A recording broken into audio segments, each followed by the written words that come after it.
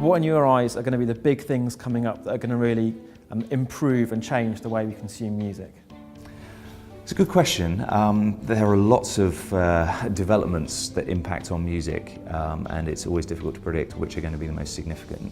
If I were to pick two, 4G is going to be absolutely huge. I mean, we're seeing a very, very rapid change in consumption patterns from desktop to mobile devices, and as people's consumption increasingly moves to streaming as well, and video has become more important as well, the ability of mobile devices to support streaming of video is very significant for music. We're working hard talking to the 4G operators and trying to persuade them that music is something which can attract users for them, which can help them retain users, and which makes 4G a more enjoyable experience.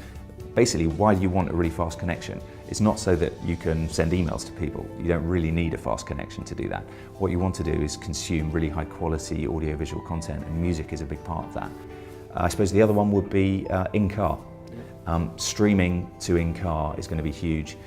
Is there one thing that an ISP like Virgin Media could do better in the future to help support the music industry? I think you're already doing a lot of good things. I think faster internet is important.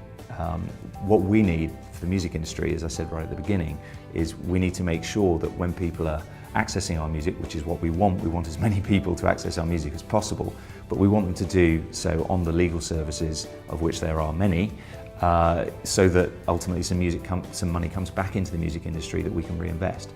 So we're looking for Virgin and other ISPs to talk to their consumers, to help us explain to consumers how they can get music legally, why it's important to use the legal services, and why it's good to make the ethical choice around music.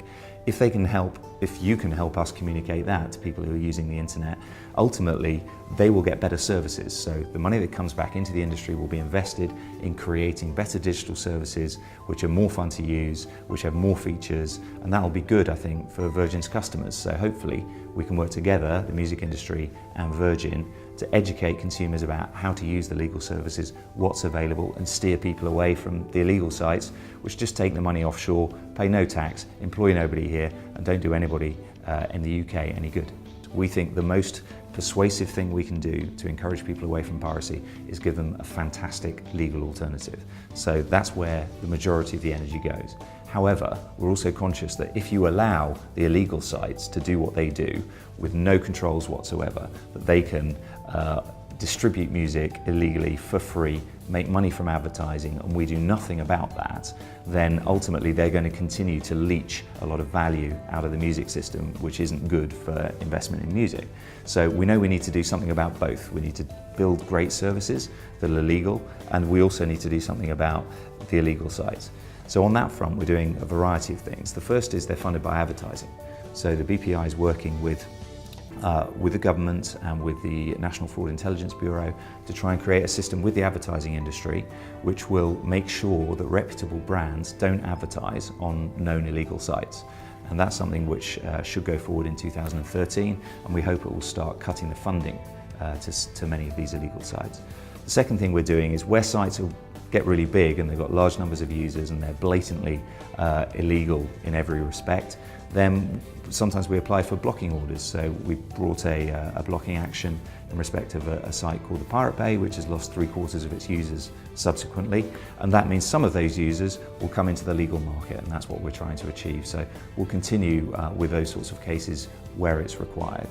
In terms of, you mentioned sort of targeting people in their bedrooms, that's absolutely not our intention.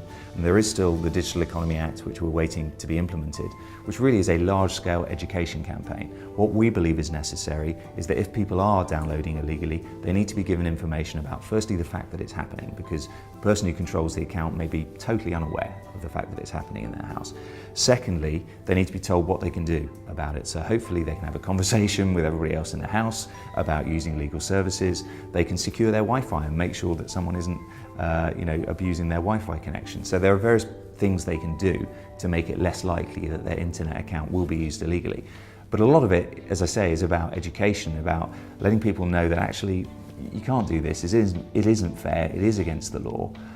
There are great ways to get music legally, so you don't have to do it. It's absolutely not necessary to use these illegal sites, and encourage people to do the right thing. And we hope that that can be a partnership between the music industry and ISPs like Virgin of educating consumers and trying to make sure that they make the right choices.